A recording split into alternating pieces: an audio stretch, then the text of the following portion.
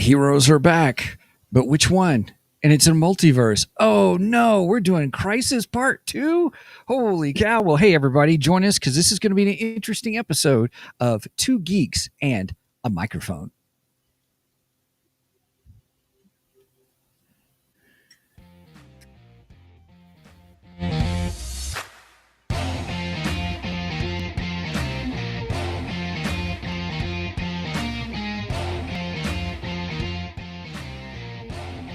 Hello there.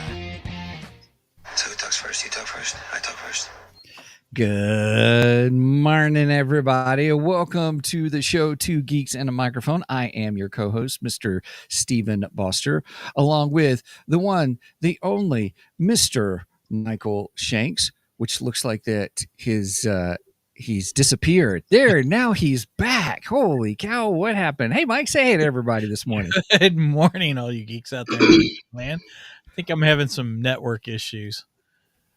Okay, no worries. We're glad you're here. So, and then we also have everybody. We have the one, the only Mr. Tharen, Too Cool Lowery in the house. Tharen, say hey to everybody. What's up, everybody? What's up? It's good to have you back. Everybody, Tharen filled in for me for Crisis Part 1. Yep. And now today we are doing Crisis Part 2, and he is back, and we are going to get in the fray, everybody, because I have saved it for the podcast, and they have too.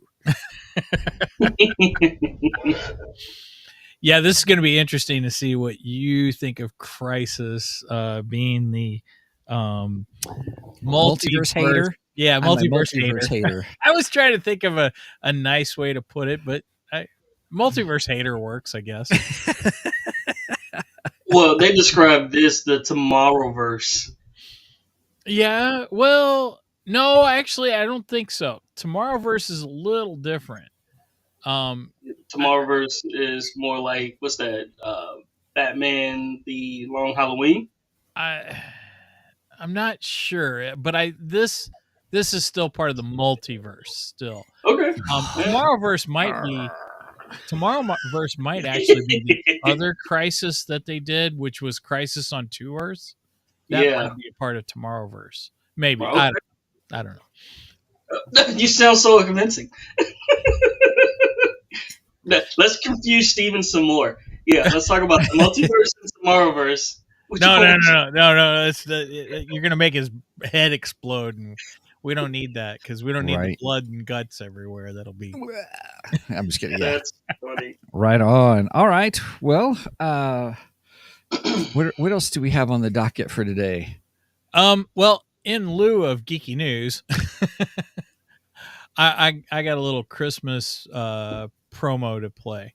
If we're ready for that. Yes, go for it. All right. Oh wait, how do I make that? Here, I'll... Okay, I'll let you do it. There we go. Gotcha. All right, and play. Looking for the perfect gift this Christmas? Give the gift of immortality. The Immortality Code by Michael Shanks, where cutting-edge technology meets heart-stopping suspense.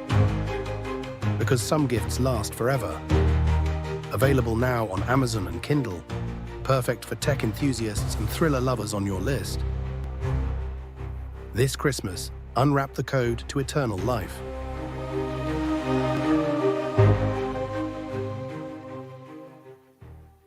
All right, little shameless plug there.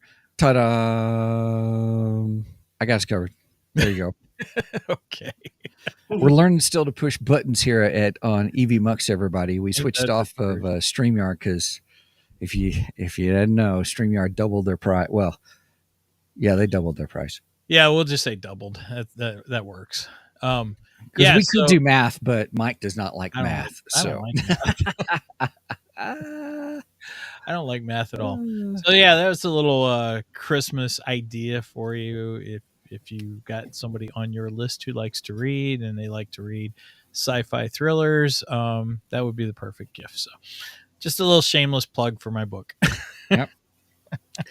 Also, everybody, one of the things that we do is we will also, for sure, if you're joining us for the first time, I'm going to do a shout out to John Comic Avalon, who says this. He says, "Hey, before you jump into 2, will you recap part 1 real fast?" And I said, "Yes." I replied back to that chat.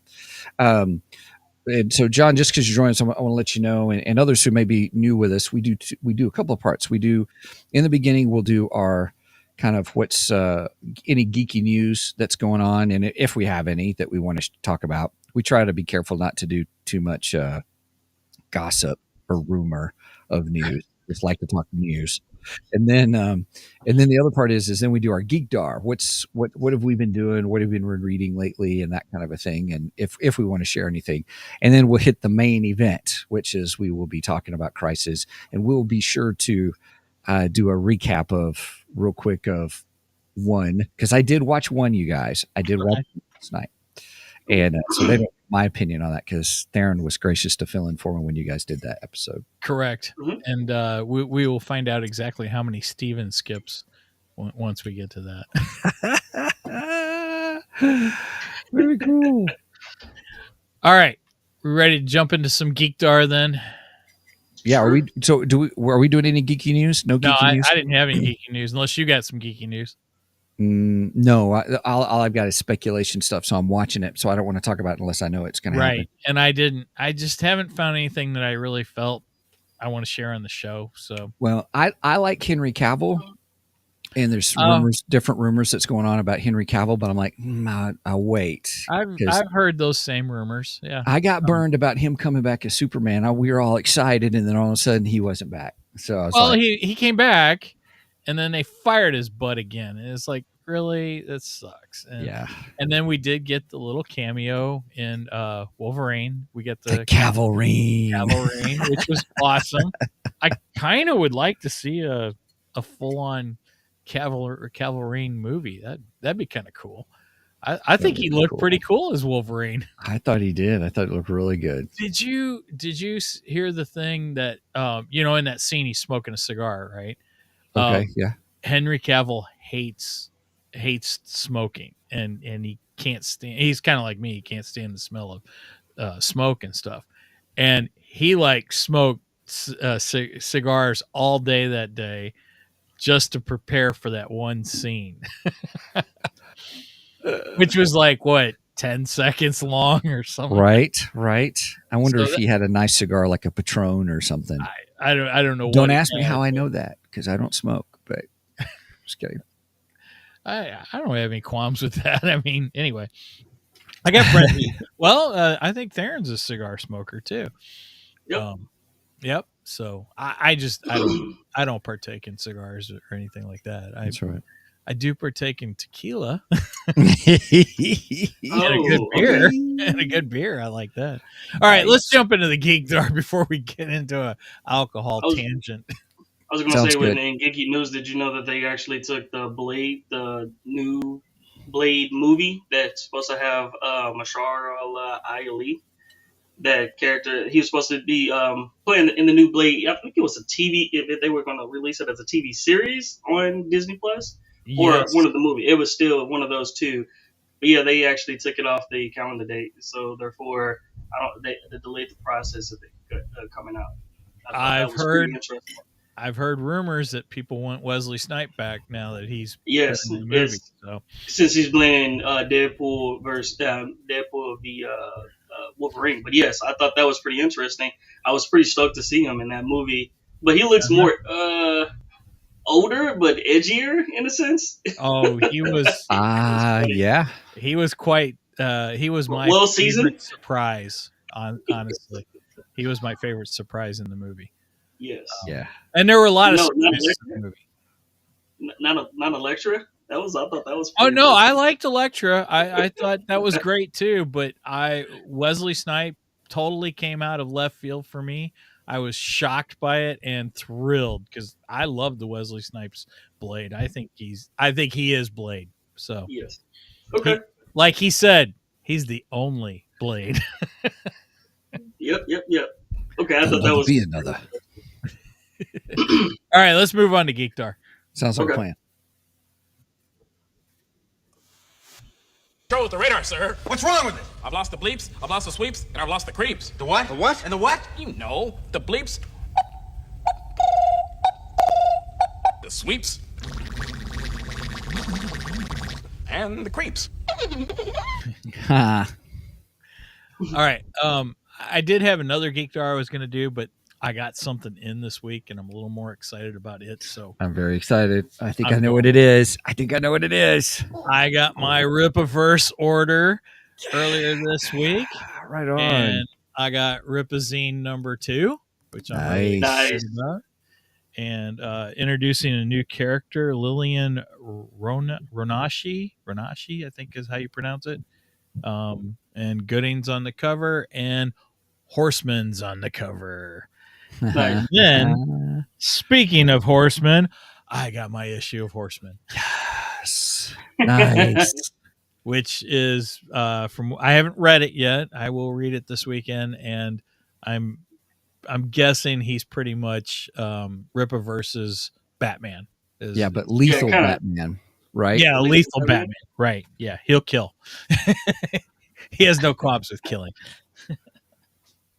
So super excited, Horseman, and you can look for a Horseman review coming up soon as Steven gets his copy. Yeah. Oops. Sounds like it might be a little while, but It might be a little bit. Yes. That's fine. that's all right. That's all right. But we will do a Horseman review, and then Bloodruth campaign has started now. So go order your Bloodruth book, and I am wearing my Bloodruth t-shirt, by the way. Nice.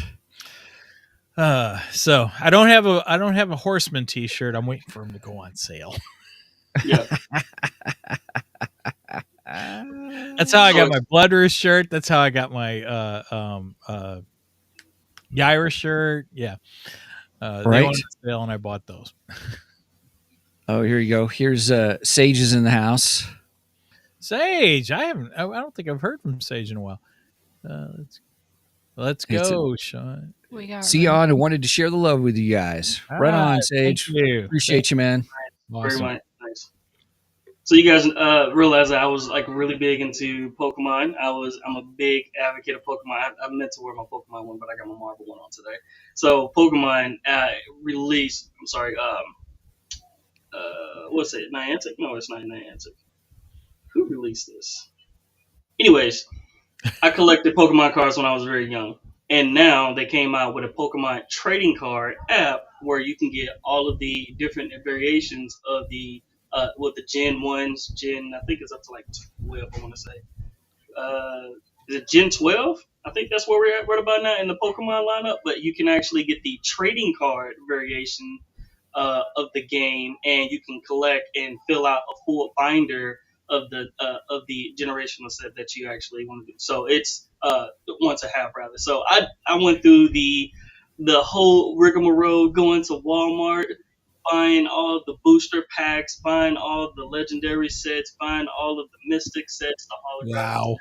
and now you can get it inside of an actual app, and it actually is pretty cool. So they give you various chances where you can get like some free cards, draws, and everything, and you can also have a little bit of a PvP type ordeal where if your deck is stacked against another player's deck, and if you beat that person, you can actually choose a trading card randomly wise from their deck. So it's actually a pretty fun game. I do highly encourage it. This is coming off a guy who played Pokemon, all of the different variations of it: blue, red, blue, yellow, gold, emerald, pearl, Oh my X, Y, gosh. Z.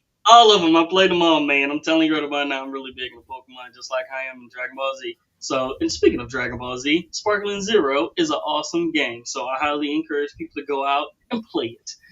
All right, I'm done. So is that Okay. all?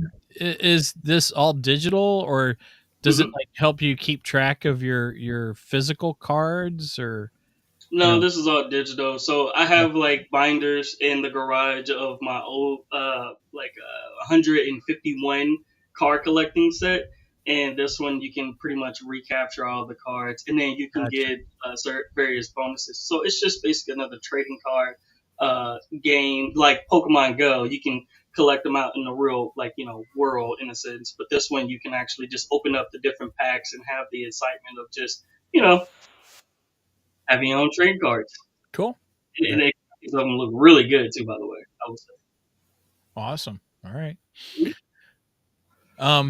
Megan has something if that she wants. Oh yeah, sure, absolutely. Hi, Megan. Hello. Hi. There we go. Going off trading cards. Yeah, I was like, oh, Theron's talking about trading cards. You should show off yours. I'm back with another has-been thing. But they have trading cards for Has-Been Hotel. Oh, nice. I got a binder, and it's huge. And I love it. Nice. So now I have It is a nice binder. all my cards that I have so far in it. Boom! There we go. See, I don't want to show off all my holographic Charizards. That was a big thing back in the day. You had a Charizard, you was a target. You put a target on your back. I have a lot of repeats. But I've got like 4 more. I think I bought 4 more packs because they've released the second edition 3 times now. And I've got some each time because I missed the first one. Cool.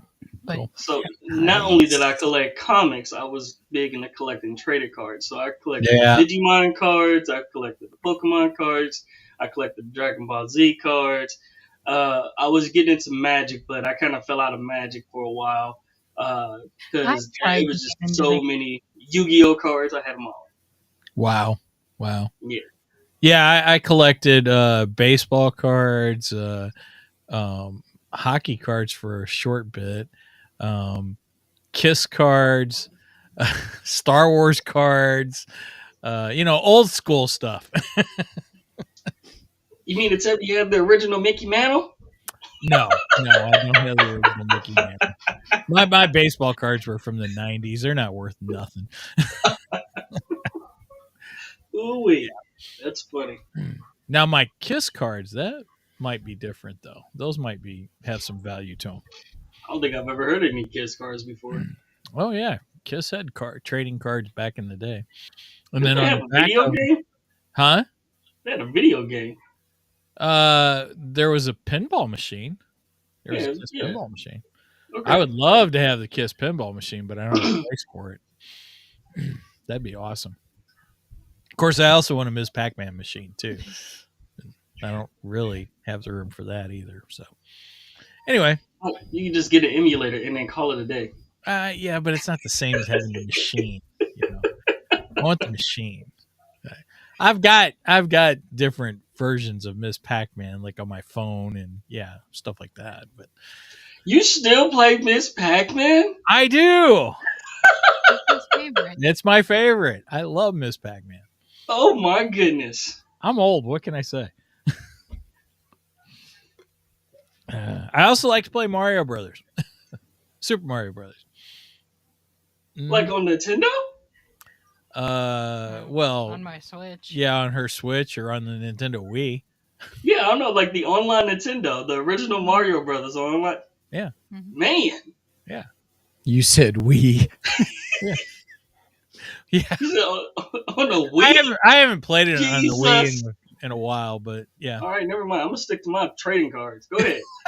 You got it. Here's we got a guest was John Comic Avalon says my dad actually has a Mickey Mantle rookie card. Wow. Ooh, a rookie card. Wow. That's yeah. Money He follows up. He says it's in the family safe behind glass. That is. I bet it is. Right. I bet it is. Definitely keep that thing safe. Oh my gosh. I can't even I don't even know how much that would be worth. Yeah, that's crazy. I remember when when the local police patrolman used to hand out baseball cards. St. Louis, yeah. When they used to roll around, they used to be like, hey kids, doing the right thing. Home before 10. Here's a baseball card. I had a whole bunch of those. Yeah. I got a baseball card story for you. Oh, okay. Wilkie. Sorry, I'll put up Corey from Wilkie's Movies and Music is here. He wants one of those tabletop Pac-Man or Miss Pac-Man games. See, I'm not the only one, man. You're not the only one. Thank you. I do have a baseball card story if you want to hear it. I'd love to hear it. Go for it. So back in the day, back in the 90s, when we used to attend a lot of Cardinal baseball games, of course, bleacher seats were $5 a piece. We were bleacher bums, and you get there 3 hours before the game. You couldn't buy bleacher seats in advance. Get there, the tickets would go on sale 3 hours before the game. So we go get our bleacher seats, watch the game. After the game was over, we'd go hang out by where the players would park. Okay, and some of the players, they would stop you. They had barricades up. You couldn't go past the barricades. You were on the sides of the driveway area. And some of the players would actually stop and autograph. Now, we found out one night because Big Lee Smith came out. He was one of our closing pitchers at the time. Lee Smith come out, and he was autographing and stuff. And we're like, oh, thanks, Lee. Thanks. And it was Brian Jordan. Brian Jordan come running by and zoomed right into the garage. And we're all like, Jordan didn't even stop, man. And Lee starts laughing at us. And he goes, that's because his car wasn't blocked in. My car's blocked in. So if my car wasn't blocked in, I would have skipped you all too.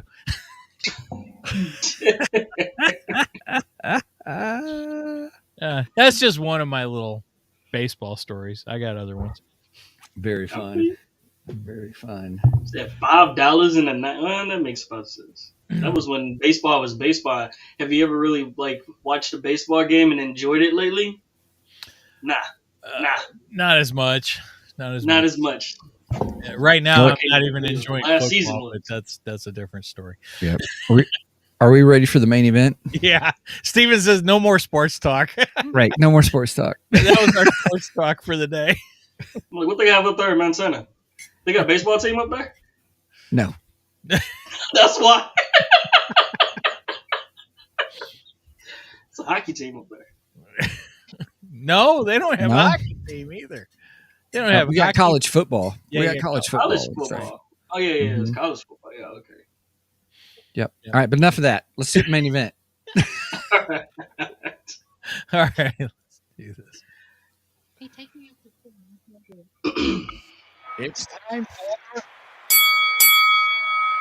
It's time for the main event. It was fun talking sports and just annoying Steven.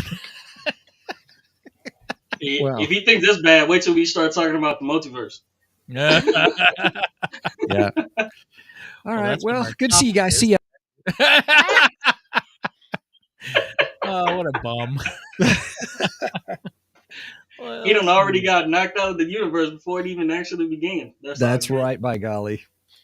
Okay, so this is part 2 of Crisis that we are discussing. Don't say that. That's a stupid Joker movie. Nobody on the planet, it seemed. I was referencing Hot Shots Part 2. Oh, okay. I'm just kidding. I just said, never mind. Keep going. I'm Frank. Keep going. I'm sorry. How about Deuce? There you go. Anyway. Yeah, it was a deuce. Oh, my God. Wow. Oh, boy. Scoring on this is going to be fun. Oh, all right. So this was part 2. Part 1, Tharen and I went over. And part 1, it was similar to the comic book, but there was a lot of differences. Oh, good to know. Okay. They changed the order around in the movies than what they did with the comic books. So part 1 focused more on the story of the Flash and his role to play in the Barry Allen Flash and his role to play in the Crisis event. And then we even get, spoiler alert, we even get Barry's death in part 1, which in the comic books, Barry's death don't come till near the end of it. Which was got that in part 1? Speculative as far as if he actually died in that one, but go ahead. Oh, he died. He's dead. She's dead. They dead. They all dead. They all dead. That's funny. No, he's definitely dead. I don't remember him dying in the movie. Yeah, he's dead. Well, I don't the remember thing who about died in the movie. He sacrifices himself to save Earth, basically. Okay. So that, you know, that's really part one is really Barry's story, because it's taking you through.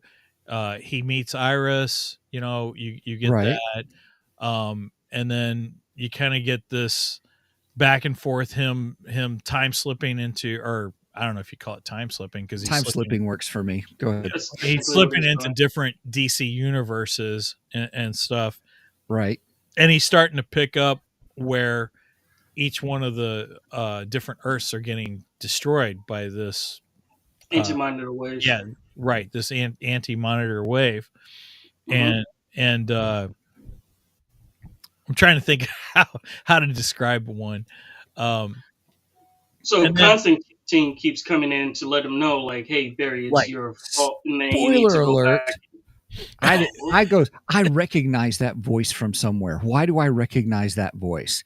And it was driving me crazy through the whole first movie. And then in the second, Did you catch? Oh, you were okay. The first one you didn't catch it at all. Then I did not catch it at all in the first one until we got to the second one. Yeah. now Constantine's interesting too, because Constantine was not in the original Crisis series. I don't know if the character had been created yet. I thought it was the Spectre. Well, no, Pariah is Pariah. That's what I'm sorry. Yeah. Pariah is the character they use in the comic series instead of Mhm. Constantine. So in the Okay. movie they replaced Pariah with Constantine. Okay. Which I don't think it was a bad replacement. I you know, I like Constantine. I liked it. And I like nobody the old knows who the man. heck Pariah is. So Yeah. I don't.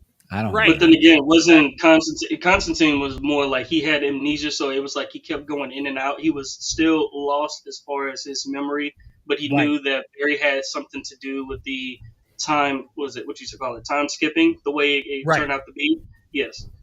And to be honest, when I watched part one, at first I wasn't sure it was Constantine either. And I almost thought it was Oliver. I almost thought it was Green Arrow. Because he kind of looked like Green Arrow. Yeah, definitely looked like Green Arrow. Yeah. So eventually they realized that there was something that was going along in part one based off of the existence of all of the different Earths. So they had to basically, because I think at one point they were fighting Amazo. And Amazo was one of those beings that was trying to, understand his existence, but he knew that he was fighting against the Justice League. And they were really no match for him at that particular But time. Amazo was being controlled by Lex Luthor. Yes, he was. And basically, Lex Luthor gave Amazo's creator a disease to encourage the guy to create Amazo. Yes. Yeah, lots of layers there with Lex Luthor, which, I mean, that's great storytelling for Lex Luthor. I like that. So, in the meantime, you're going to find yourself basically hopping between, and this is the part where, Steven, I guess you checked out, because they kept going between like Earth 3, and they kept going between like the Earth with the crime syndicate, the evil Superman and Wonder Woman and everything. And was it Ultraman? It was Ultraman. Yeah, right? Ultraman. Yeah, Ultraman. Yep. So they kept going through there, and Johnny Quick or whatnot, but they were basically realizing at a certain point that, when Barry came through, how his Johnny Quick and Barry, they were the only superheroes on Earth 3 at the time, that they killed all of the other ones in order for them to be as strong as they were. Right. All right. And they took over the government also. So, they were the government. Yeah, governing they were body. Yes. They were the government of that entire Earth. So we are the government of the universe. I'm just kidding. Well, that universe anyway, or that Earth anyway. Yeah. Actually, that whole story is told in Crisis on Two Earths. Yes, with the crime syndicate. Yeah, I think they made them. Yeah, they did do that. Okay. So I thought it was kind of neat how they wrapped that movie into this one, because the first one.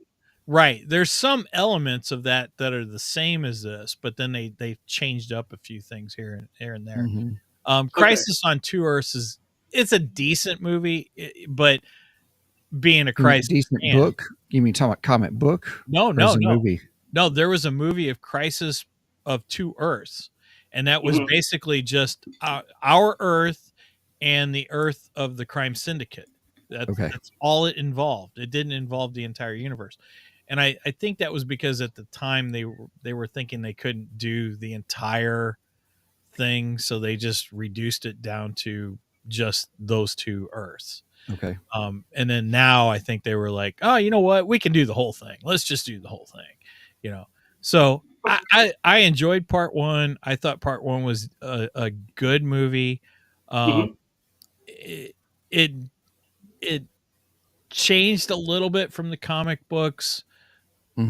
I don't like that they changed up the timeline from the comic books, because I would have preferred Flash being at the end.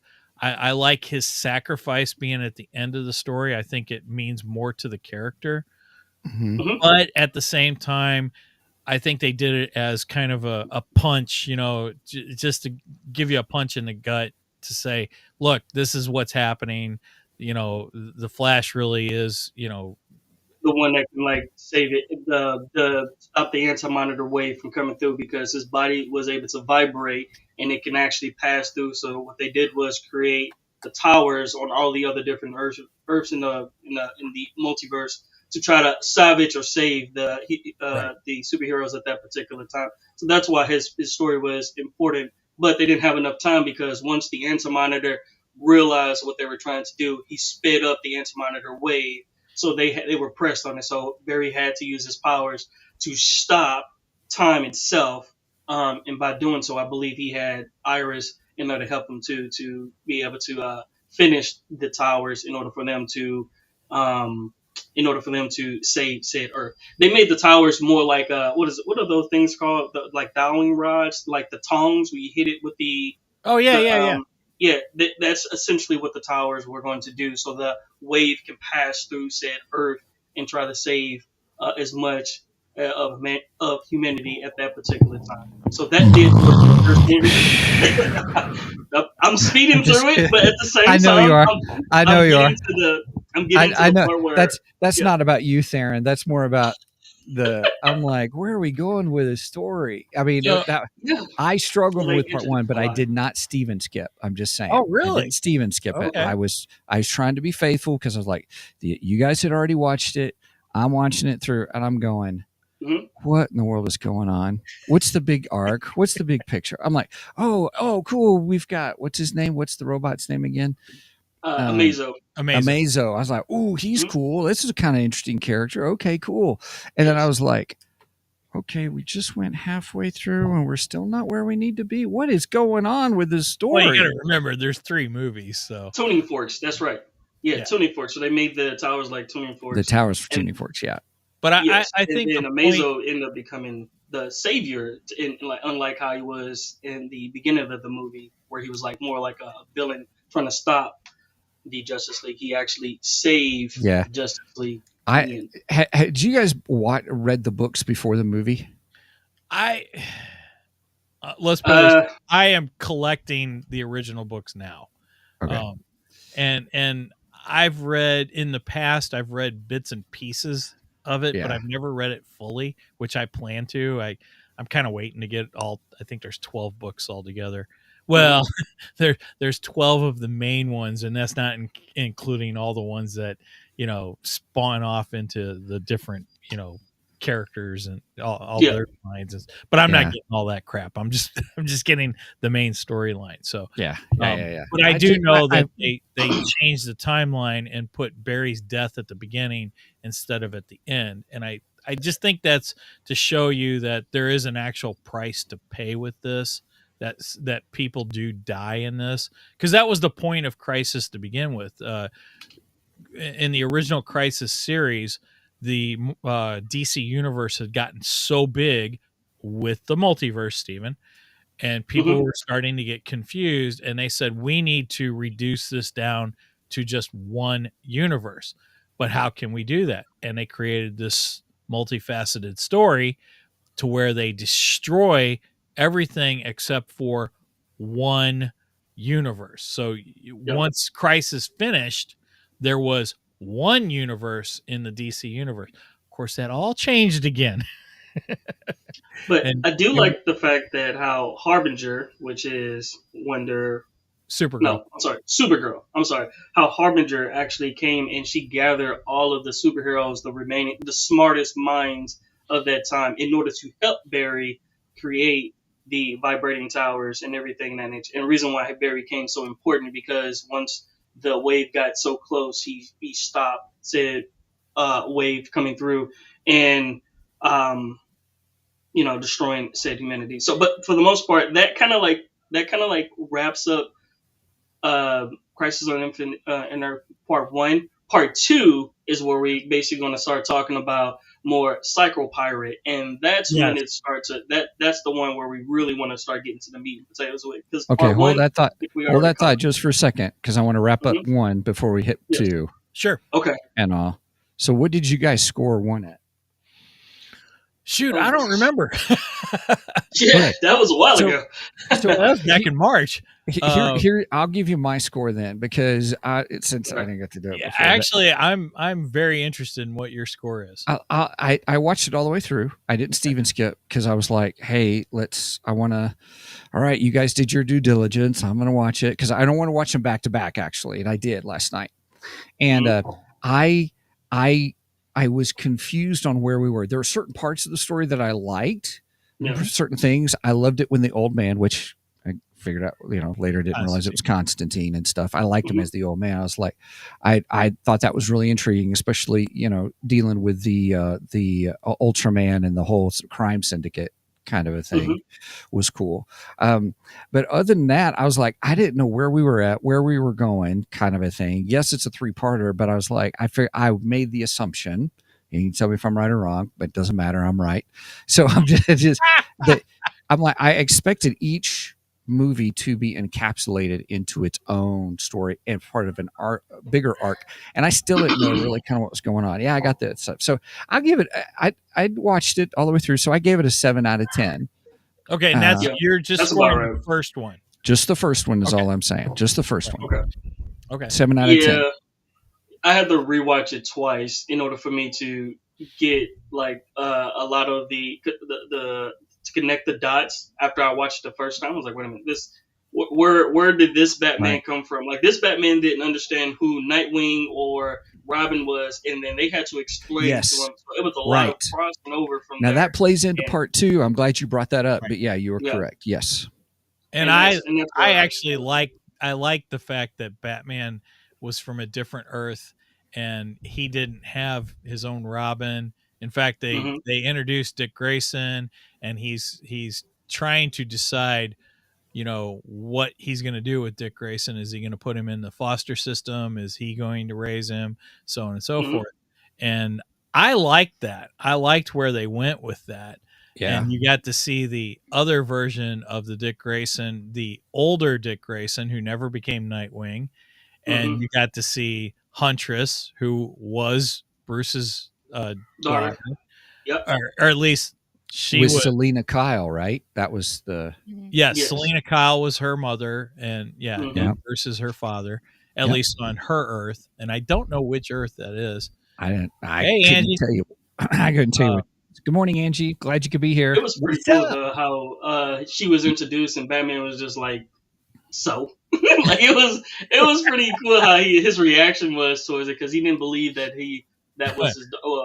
It was Roger with I'm Batman. I'm Batman. I love that line. No, I really like this version of Batman, and I like the fact that he was just, look, we get on to what we're doing. I don't have any connections with you people. I just want to save the Earth and get back to Gotham, and right. I enjoy that Batman. I think that Batman's cool, but he was more stick to the mission. We got to try to.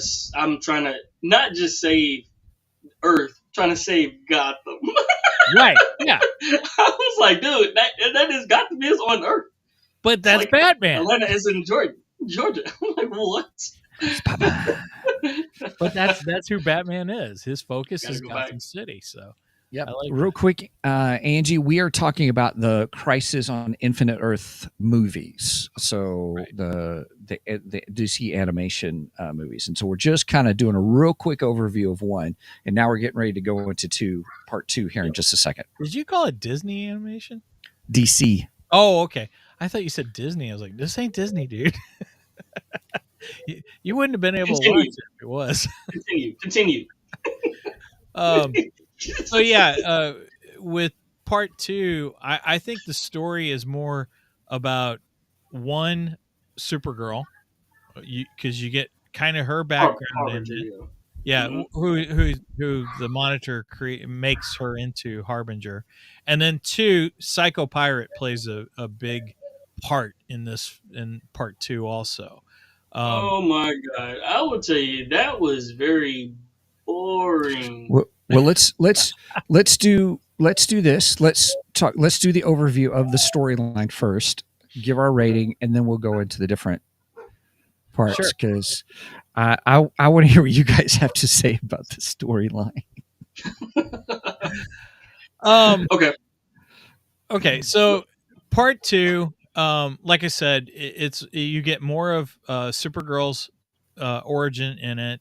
You the find destruction of Krypton. Right, with the destruction of Krypton. But of course, she doesn't know who she is, and you also find out how the Monitor came in contact with her, which was kind of mind blowing. He's kind of a jerk in a way. He's doing stuff that is unnatural or not normal for him. Like having a sit down dinner is something that he doesn't do, and entertaining why he's contemplating why he's saving her when she is pretty much just a speck in the universe floating through time. So he brought her on the satellite. Tharen, I want to know, you're a big Marvel fan. Did you feel Monitor was basically the Watcher? Yeah, that's what I was getting to. Yeah, he existed before time. He's always known about certain things.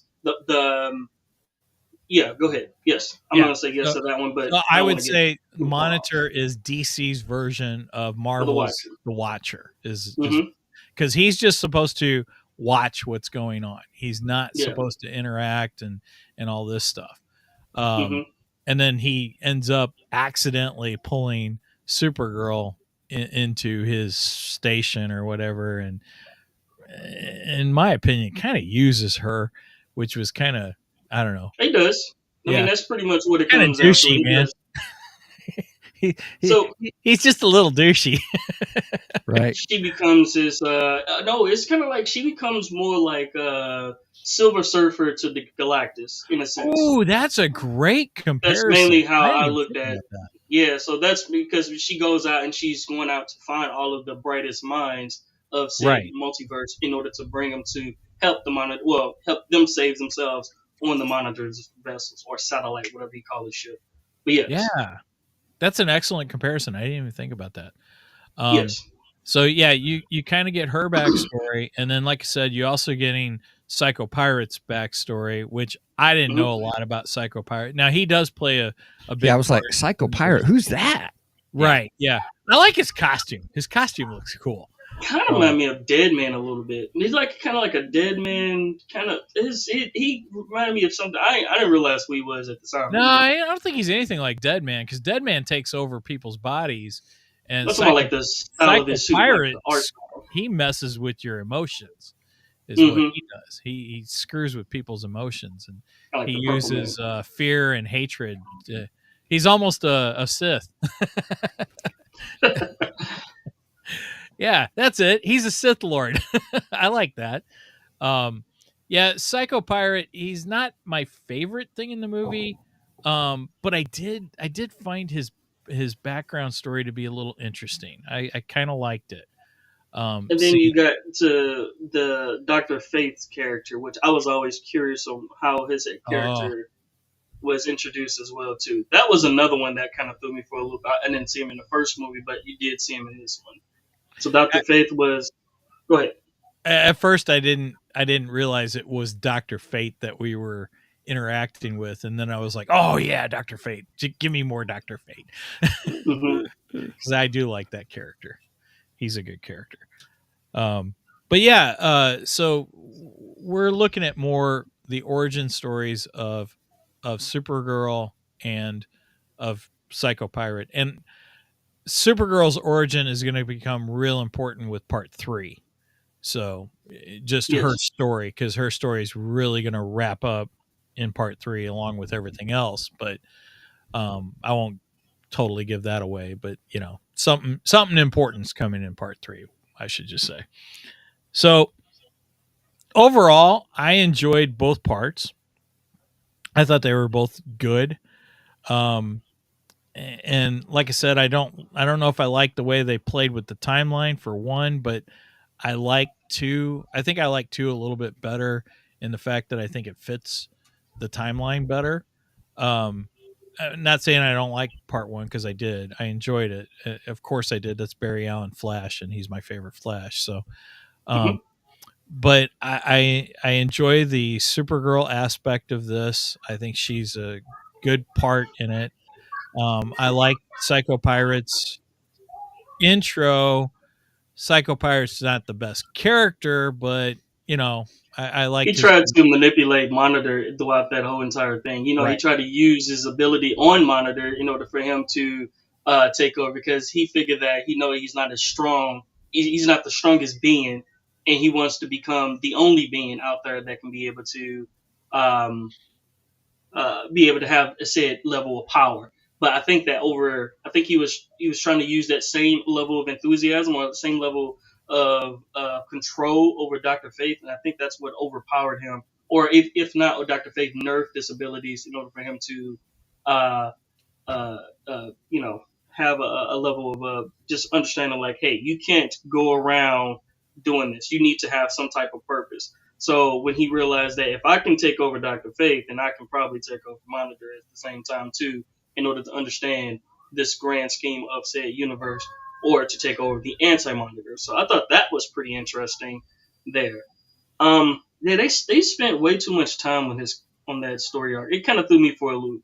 The art style also changed just a little bit too. Which story arc? On the Psycho Pirate? Yes, that one. Yeah, they spent a little bit more time on that, and then not so much. They did a little bit of Supergirls and the Bat Family. I wish they would have gave them a little bit more playtime too. And the Bat Family was awesome in this one. I loved it. Very much so. So until they started fighting each other. And that's okay. I don't mind that. What family don't fight each other? What family don't have infighting? Come on now, Steve. Right. This is very true. This is very true. And we all know the infighting in the Bat Family happens all the time. So right. Right. You got the man of the house, Bruce Wayne. I mean, if we would have had a Bat Family that just got along and was loving to each other, that expressed their emotions, right? That would be something wrong. There'd be something wrong. That would therapy session. The end of the universe. That's like a sign of the apocalypse. That's a hell of a breakthrough. That's funny. There you go. Yep. So what scores would you guys give it? Okay. First of all, what are we using as a scale on this? Tuning forks. Tuning forks. Okay. Perfect. I'll give it tuning 7. Towers. I guess tuning towers would be a better. Whatever. Okay. Tuning towers. Not can of tuna, not Starkist tuna, right? Correct. Where's Charlie? I'll give it a 7 out of 10. I'm right there with you. I'm still like I'm kind of like how Steven feels right about now. When you watch the first one, it kind of puts you in disarray because you're trying to figure out. You have to really focus and pay attention to like what's going on. Right. And then once you kind of like get locked in, you have to like stay with it into the end of the movie. Then like, okay, I guess I'm there. And then when you watch the second one, it kind of like jumpstart you back into the same thing. You can't just you can't like walk away and then listen to it from another room and expect to know what all just happened. You got to really focus in on it. So it requires a level of dedication in order for you to kind of keep track with the pace of the movie. And I wasn't dedicated. I knew that was coming. Just wait. Yeah, keep going, Tharen. I'm sorry. Keep going. with that being the case, I would say yes. This is if you really like the ins and outs on like how the beginning of the story starts and how it ends. Yeah, it's going to take you on a roller coaster ride. But for the most part, I would give it about a 7.5 out of 10 because it will give you it's a little bit bump up. Now, like I said, the art style they keep. I noticed that in the details when I was watching it. I was just like, the character kind of look funny. Like why they're so close up, the outlines of them look a little bit too wonky for me versus the first one. I don't like when they do that. That's kind of like a pet peeve. Oh, I'll agree with you. I don't. The art style in these newer DC animations, it's not my favorite. But on the other hand, it's not my least favorite either. So I'm just kind of in the middle on that. All right, I am dying to get Steven's opinion of this. Okay, well, hang on, everybody. Here we go. I didn't fall asleep just once. I fell asleep twice in watching this. So automatically, that's -2 points. It is Multiverse. That's another point lost. I knew that was coming. And then, if you really want to know how many times I started Steven skipping it, once I was like, okay, I'm done. Oh, there's Constantine. I'll watch that part. That's another point. So I give it 5 out of 10 tuning forks because it ain't tuning really well with me. Just saying. Now I get it. It was kind of meant to be kind of like an Empire Strikes Back movement, kind of a thing. I got that, and I okay, I'll give you that. All right, fine.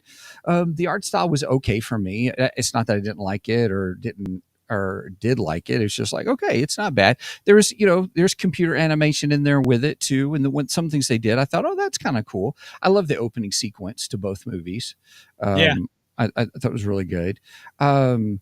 So there were some good points with it. Yes, it's multiverse, but they were bringing them all together to create one arc, kind of a thing. But it did get confusing. I did not like Psycho Pirate at all. I was like, okay, you're just in for extra bad guy moments kind of a thing. But what's the whole anti-monitor thing? There wasn't a whole lot explained about that for me to keep up with it. Now I know there's some other stuff being dedicated to it. That was a good point, Tharen. It did not keep my interest to be dedicated to it. I'm like, moving along, skip. Oh, let's skip a whole bunch because I got to get past that stupid advertising spot in the HBO Max thing. I pay for so in HBO Max I have it. There's 2 tiers. There's one that you have commercials and one you don't. I have the one that does have commercials because I'm a cheapskate. So, There's nothing wrong with that. There's nothing wrong with that. So I was just like, all right, we'll fast forward to that point. Let's get over that. So it didn't hold my attention. Now, was it a good cliffhanger at the end? Yes. All this shadow demons thing turning into one, then all of a sudden getting armor. I'm like, well, plot. I'm like, it was just, I was just, now all of a sudden he's got armor. They're not shadow demons. Yeah. Well, that was the whole thing. I was just like, here's these shadow demons. Okay, they're fighting them, and all of a sudden they all come together under one earth. Whoa. And oh my goodness, he's got armor now. Woo. I'm like, what are we going to do? I don't know. So did Steven go to the 3rd movie just to watch what happened with that? Yeah, Ex Machina crap. So I haven't even watched the 3rd one yet. It's not, yeah. Anyway, so I'm just, So I did it because my friends wanted to watch it, and I watched it, but I really struggled in the second one. Okay. First one, I didn't do any Steven skips, any of that. I was stuck with it. I'm like, okay, I can go with this for a little bit. Second one, I was just a snore fest. And that wasn't me. It was me snoring just because I was like, I woke up going, oh, wait, the movie's still going. Okay. And then once again, oh, wait, wake up. Oh, hey, the movie's still going. So anyway, that's me. Sorry, everybody. Oh, that's fine. But then again, this one, what's that? Harbinger. She kind of found out that she's not the only one out there. She has Kal-El, which is her cousin, Superman, and he's alive and well and everything in that nature. And then she started to question the monitors motives. Like, why didn't you stop Krypton from blowing up and everything in that nature? And, like, what was your role in it? And he kind of gave his whole exposition about that as well too. So you had like 3 or 4 different stories in this movie. Well, I thought it was funny since we're in spoilerific territory. I thought that's what we normally do. Yeah. Well, we usually try to give overviews as spoiler free, and then we go into spoilerific territory. We forgot to tell everyone we're in spoilerific territory, so we're here anyway. But I got a kick out of when she figured out that the only reason the monitor took her in, and technically it wasn't him, it was the android, the robot that took her in, was because she was blocking his view. Yes, yeah, very much so. Yeah, of the explosion. That's why I said he's kind of douchey. Yeah. He was like, oh, and then she was. I thought that was pretty interesting as well too. And then when she realized that her role and everything, I'm still kind of to the point where I'm not her aesthetics. With the fire hair and the green. I haven't got to that part yet, or maybe I missed it. I don't know. I don't think I did. I don't really understand why he changes her into the Harbinger unless he figured that nobody would go with her as Supergirl. Right. I don't know. That kind of confused me. I was like, okay, why does she have to be a different character? And we all know she's Supergirl, so I don't know. That was kind of. I don't have any comments because I probably was asleep for that part. Yeah, that was kind of interesting. And then they had Constantine come into there, and he was doing some stuff. But Constantine, he's like a very undeveloped character. I mean, he has his. Don't get me wrong. He goes. What is it? The Shadow Realm or the Demon Realm? One of the two. He can be able to like go in wherever Dormammu, the realm that Dormammu and like Dr. Faith goes into. That's where that Constantine can be able to do his. He's at his best because all of his different abilities, or really just magic abilities, because I think that's what it is. He has like mystic or magic abilities. Right. Constantine does. It's so that's how he was able to kind of like play his role as far as that. But I thought that was pretty interesting. Well, that the Constantine movies actually were building up to this. They were all building up to this. Okay. Really? Yeah, because he disappears at the end of the one with the house. And, and that all leads into Crisis. That's what builds up. Oh, okay. Mm-hmm. I was wondering about that. All right, cool, nice. So if that's too many brain cells for me. Oh, come on, you love the Constantine stuff. I do love Constantine. Yes. So we did go over Constantine, and if you want to understand the Constantine part of the storyline better, I would recommend going back and watching the Constantine animated movies. I like all of it. That might help a little bit understand where he's at. But then again, it didn't help Steven at all. So, right. So you notice that a lot of your known superheroes in this situation, like Batman, Superman, all of them are not as efficient as far as like their fight against like this anti-monitor wave. A lot of them get knocked out pretty rapidly because they're just either brute force or they have like various abilities that with the gadgets they're not as effective, but they have certain things that they can do in order for them to go up against the shadow demons. That's pretty much like the security force. Yeah. Well, also you got to remember you're basically looking at the beginning of the Justice League here. Yes. I mean, after all, Batman makes the comment. They said, well, maybe we should keep this little team together. And that was in part 1. And Batman's like, well, I already paid for the building, so yeah. Which is where we get the Hall of Justice. Yep. So you're seeing an early version, according to these movies. You're seeing an early version of the Justice League. I mean, if you read the comic books, you're seeing different versions of the Justice League because you're looking at different versions from different Earths and so on and so forth. Yeah. Now, Steven, I think personally, and I know you're not going to, and I'm not going to force you into it, but I think if you read the comic books, you would like the comic book stories better. Oh, they would be much more better. Cheers, everybody. I'm Nice. not doing that. I'm not doing that. Why are you? What do you mean you're not doing that? Anyway. And just for the record, everybody, this is not water. I'm kidding. Is it vodka? I'm kidding. Steven, you drinking vodka? Clearest water I've ever seen. Or is it tequila? Even better. It's mountain water. It's what? You just go outside and just put it in one of those water? little creek. Yeah, you just put it in the creek and be like, springtime. He's going in the winter though. He's in winter time. No, I'm talking like in the spring he does it. Never mind. I think if you read the comic books, I think you'd have a better appreciation for the comic books because the whole idea of the original Crisis, I'm talking the original, the first, you know, before they did all them 12 other crises afterwards. The whole idea was taking that multiverse and making it one single universe. And I think you would appreciate that version of the storyline a lot better. Now, I don't know if that's their ultimate goal at the end of the movie series. I don't know if it's their ultimate goal is to, I mean, if they're following the comic books, that's what it should be.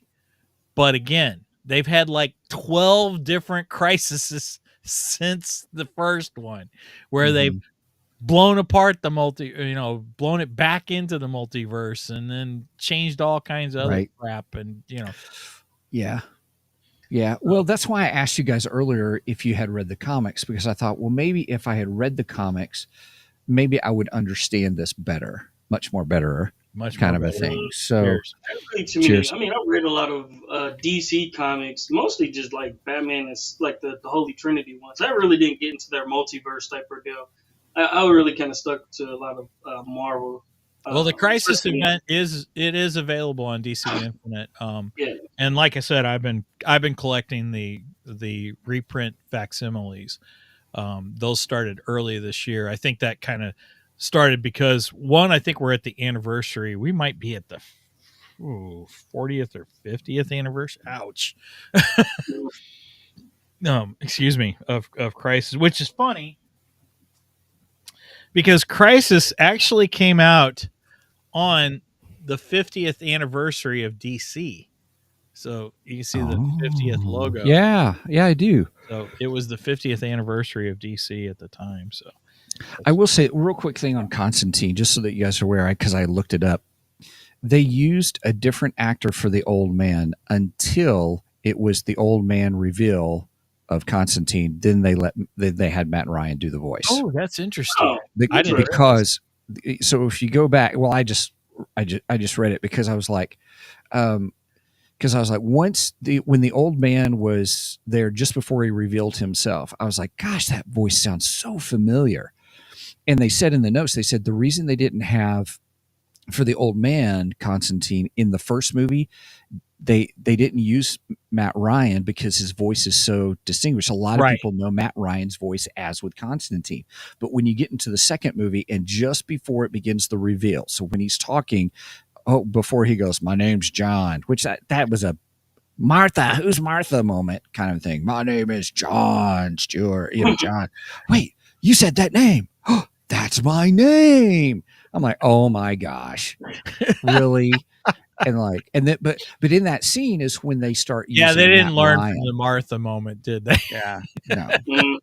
Sorry, that was another point off, everybody. Just so you know. Even though it was introducing one of your favorite DC, I love Matt Ryan as Constantine. Absolutely, I agree. And I do enjoy Keanu Reeves as Constantine. They're two different. But Matt Ryan is just who I've always associated. If I had to pick between the two, it's Matt Ryan. What's that, Megan? I said he's one of those. He is Constantine. That's true. I agree with you. He is Constantine. He did a great job with it. The series was great. Anyway, go ahead. Sorry. I think that was a smart play on DC to use a different voice actor to play the old man in the beginning. Because you're right. If we would have heard his voice from the beginning, we would have known exactly who it is. And they wanted that to be a big reveal. And and it worked for me. It worked on me. That was a great So you got to give them a point for that, Steven. Right. Yeah. Oh, yeah. Okay. They're still at 5. What are you laughing at, Megan? You Megan's made over me think of Ken. Of Ken? From Masked Singer. When you said we would know exactly who it is. Oh, him and his. I know exactly who this is. Sorry, Masked Singer It made moment. me think of Mask. If I'm not mistaken, isn't the Anti-Monitor is the another version of the Monitor? Like, is he? That's what I figured that's who the Anti-Monitor is, right? It's like the hang on. Let me get the DC Bible. There you go. Get the DC Bible now, because I could have sworn it's not the Shadow Minions or whatever. I thought it was a different version of Monitor. That's why he's knocking out all of the Earths going forward. All right. I think somebody put in the chat. They said that you just need to watch the movies to understand this connect all the way back to Flashpoint. Okay. So, Jay. Hey, Jay. Thanks for joining us. Okay. Fair enough. I just need to watch the movies to understand. All right. Connects all the way back to Flashpoint. I wondered if Flashpoint was involved in it. Flashpoint is hands down the best DC animated movie ever. Period. Okay. All right. Oh, it is. Easily. That one. And like Steven says, I'm right. So. Oh, you ain't even gonna let nobody talk. All right. Hell no. That's the best movie. All right. Anti-Monitor. His debut was in Crisis on Infinite Earths #2, May of 1985. His real name is Mobius. Huh, interesting. Base is mobile. Height is variable. Weight is variable. Eyes are red. Hair is none. Powers and abilities. Near omnipotent when merged with anti-life equation. Superhuman strength, endurance, durability, energy projection, and absorption. Antimatter blast. Fight commands army of shadow demons. Can absorb life force of victims. His allies is Grail. I'm not sure who Grail is. And enemies are Darkseid, Justice League, and the Crime Syndicate. On the distant planet Quard, many years ago, a being named Mobius built a sophisticated device called the Mobius Chair. On a quest to glimpse the forbidden, Mobius attempted to view the source of the antimatter universe, hoping to discover what sparked its creation. What he found was the anti-life equation, an infamous truth the tyrant Darkseid had spent a lifetime trying to locate. The equation merged with Mobius, transforming him into the immensely powerful Anti-Monitor. Meanwhile, the Mobius Chair came into the possession of the new god Metron, who used it to explore the universe. The Anti-Monitor became a destroyer, traveling from one universe to the next, consuming worlds. He caused the crisis on Infinite Earths, destroying the multiverse in an event only a few, including Metron, recall. But Mobius soon grew tired of the destructive life and hatched an elaborate plan with Darkseid's daughter, Grail. Oh, okay, that's who Grail is. That's the beefy one. The beefy one? Grail? Yeah. The lady that's I think that's Mother. Oh, I think you're thinking of a different character. Yeah, I'm thinking. I can't think of her name.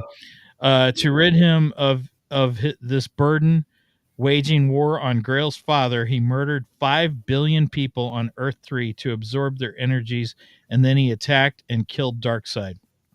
This act released his energies and allowed Mobius to free himself of the curse of living as the Anti-Monitor.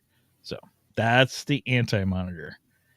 Dun dun dun. Wow, he killed Darkseid. Dang. He killed the Anti-Monitor killed Darkseid. According to that, he killed Darkseid. That's pretty darn powerful. You got to be crazy strong to try to go up against Darkseid. Mm-hmm. Even Superman can't even go up against Darkseid. Right, Darkseid's like he's like the most powerful character in the DC universe, pretty much. Yes. So there you have it. There you are. All right. So cool. I realized that the Anti-Monitor, I knew it was like a variation of the Monitor, Kind of reminds me of Galactus a little bit, but Galactus was destroyer of worlds. So Well, I mean, that's kind of that's what the Anti-Monitor is doing. he's a destroyer of like universes, right in multiple worlds. Okay, I guess that's pretty much the same thing. They're pretty much the same thing. So I think your comparison of Anti-Monitor and Harbinger to Galactus and Silver Surfer. Silver I think Surfer. that was a great analogy. I love that. Yeah, that's what was one of my biggest things. Now, when it comes down to how each of the existence of like Earth 2, 1, 43, like all of them right about now, because there's only so many of them that's still around, right? It's not in this iteration of the timeline of the movie and Crisis. Well, there's only so many of them that if they stay true to the comic book, there should be only one Earth left once this that is will done. remain. That's probably going to be in part 3. Now, I haven't watched part 3 just yet. Yeah, I haven't either. I wanted to see where everyone is at right about now. It seemed like, Steven, did you get to part 3 already? You already said, scrap it, I'm just going to blow through this thing and get it knocked No, I watched. I wanted to see if the cliffhanger was just going to be as I said earlier, a Deus Ex Machina moment. Oh, yeah. And just because I was like, okay, blah blah blah, and so I watched it. I just watched the first part of it and got, yep, okay. Hey, moving Steve, on. I have a question. Yeah. So when you read books, do you jump Oh all my the way God. to the last page and read the last page of a book? Sometimes I do. I had give you the synopsis. I had a Just read the feeling. back of the book. Yeah. Well, especially in the point, if I'm not enjoying the book, sometimes I'll go to the end and I'll go, okay, there's an, and then I'll go back and watch the journey to get there. If that makes sense. I guess that's fair. So, yeah, if I'm like, oh, move it along already, kind of a thing.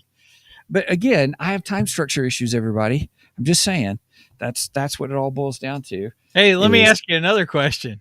Sure. Did you do that to my book? I was just about to say that. I was just... No. And to be fair, and this is a good plug-in, everybody, for Mike's book, buy Mike's book, because here's why. It was fast-paced. Now, I read both versions of yours too, by the way. I went through, I read the draft, the first draft kind of a thing. And then I went through your second as well. And I enjoyed both. Now I think what you have today, that your final draft, I think is fabulous. And because it was, so no, I didn't go through the whole thing. I did want more, and that's a good sign of a book. Teasing you. I know, but it's a great opportunity for me to do a plug for your book, because no, I appreciate it. Your book was really good, fast paced. It didn't linger, if that makes sense. It didn't just kind of, okay. And I enjoy fast paced books nowadays. That's nice. Kind of a thing. And I did want more. Well, and Adam was my favorite character by far. Oh, in good. that book. I'm glad loved Adam. I was hoping to see more with Adam, and not saying that the book didn't have it. All you had was good. I wanted more, because I wanted to see all of what Adam could do. In how you wrote Adam was fabulous. Wow. I don't want to say he was. How should I say this? So we're talking about DC. So take Henry Cavill's Superman, power but humble. Oh, and that's how I liked Adam in your book. Powerful but humble, and concerned really about the ethos that you had created about science and life. Was just great. So yeah, no, I enjoyed your book. I did. Well, yes, I did not skip to the end. I read the whole thing. I was messing with you. Of course, you were actually getting parts of the book, as I was writing it. So I knew you didn't actually skip to the end. I just wanted to jab it a little bit, but no, your input and Jeff from Nerdery and Murdery was very helpful to me in the process of writing the book. So I appreciate you guys reading it beforehand and give me input and stuff and helping me have a good product at the end. That was the important thing. So anyway, all right. So I think we're about done with Crisis Part 2. I think we are. Or Tharen, did you have anything else you wanted to add that you're itching to share? No. I think I'm pretty good on this one. Like I said, if you really wanted to kind of get a little bit more in depth with kind of like the mindset of the anti-monitor, or I'm sorry, the Monitor just a little bit, then yeah, this movie, the Crisis 2, will kind of dive into that. Um, I wouldn't say you should start with like part 2 and then go back and watch part 1. No, don't do that. Because that's going to throw the whole entire. You have to watch these movies in chronological order, and then you also really you gotta either get a Starbucks or a Bang or some type of energy drink just so you can like stay awake and active. Speaking of energy drinks, stay alert to understand like the now. Do you need to go back and read the comics and everything in that nature? Yes, I mean you can. But for the most part, it's just one of those things where, I mean, because, if you're if you're an avid comic reader, you're going to basically like the comics. If you like, just give me the animated, story, play by play and stuff like that, yeah, go watch the movies. It's going to give you what you need. Now, us nerds, we're going to always, go back and forth on which one told the story better. But based off media, but at the same time, you're getting pretty much a whole telling in the whole regards. Now, well, Stephen and I like to compare the comic books to the films, and or animated films because these are all animated. Yes. Like for instance, Hush, I thought the comic books was much more better. Yes. Cheers. Much more better. Cheers. Yes, definitely for Hush. And I would highly recommend reading Hush over watching the movie version of it. Agreed. Hush. I would say that in the Court of Owls, that storyline I liked when I was on the. Did DC we get a movie version of Court of Owls? Yeah, we did. Did we? Yep. So that was a really good one too. I like the whole, and then they built it into a lot of the what's that? I think it was the Arkham Knights. They had made a video game based off of the Court of Owls, and it's actually really good. I didn't realize Arkham Knights went into Court of Owls. Mm-hmm. Cool. Mm-hmm. Sweet. All right. So I think that's it for Crisis. I do have one question, Stephen. Yes. Since you were pretty down on this one, can you give me some positives? Give me 3 positives about part 2. Get 2 positives. Okay, 2 positives. Okay, 2 positives. It had Matt Ryan in it, and it's over. Okay, fair enough. All right, folks. With that said, Steven, if you want to learn more about 2 Geeks and a Microphone, how do we do that? Right? You can go to our website, which is, that's not our website. This is our website, www.2geeksmic.com, 2geeksmic.com. That is our hub for all things 2 Geeks. So there you can get to all of our other things that I'm going to share with you about. First off is we have a merch page that Mike has done, and you can go to www.2geeksmicmerch.com or get through our website. I got a new hoodie on there too, by the way. Nice. I'm wearing my other one too right now. I have a pullover hoodie now on there. Nice. So nice. Check that out. Yeah.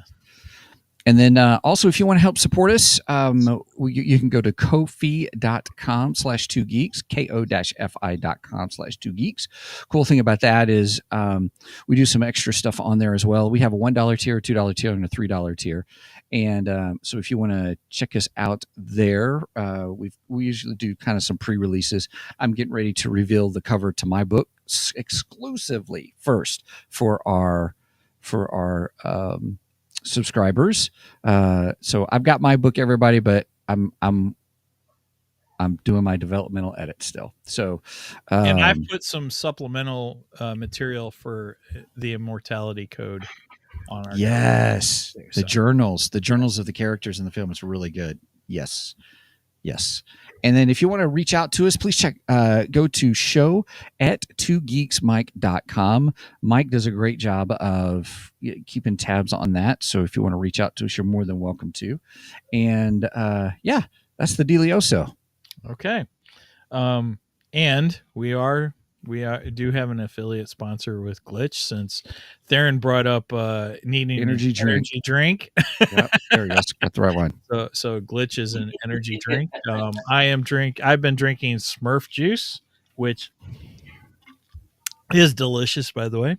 It is good. I agree with Gargamel. Smurfs are delicious. That's funny.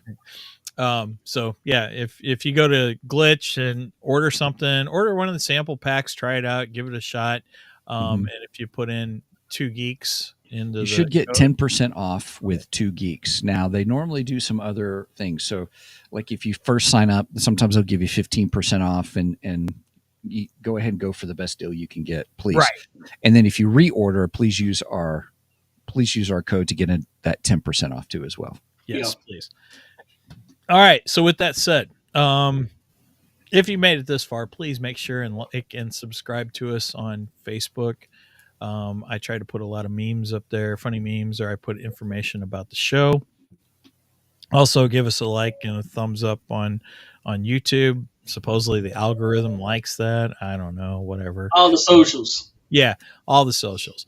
We are also streaming on Twitch, and we're on Rumble, but every week it doesn't seem to stream live. I will be uploading this to Rumble later this afternoon. So if you're watching us on Rumble, please give us a like over there, and we appreciate all of our viewers. And speaking of going live, we go live every Saturday morning at 9 a.m. Central Standard Time. You do the math on the rest, because I don't like math. All right. I think we got through all we sure did. All done. All right. So with that said, do what? You guys still see me on the screen. I went dark on mine. It's fine. Oh, go ahead. Good. We see you. You're frozen, but we see you. But that's all right. We're wrapping up. So, all right. So with that said, any last words, funny anecdotes? Okay. Don't Steven skip us, please. I was just going to say that. Don't Steven skip this episode, because we are much more better than the rest. I know. We don't need to buffer. Oh.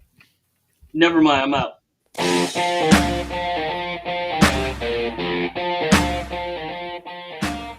Thank you for joining us today on the 2 Geeks and a Microphone podcast. Tune in next week when we will have more news and reviews. Until then, may the force be with you.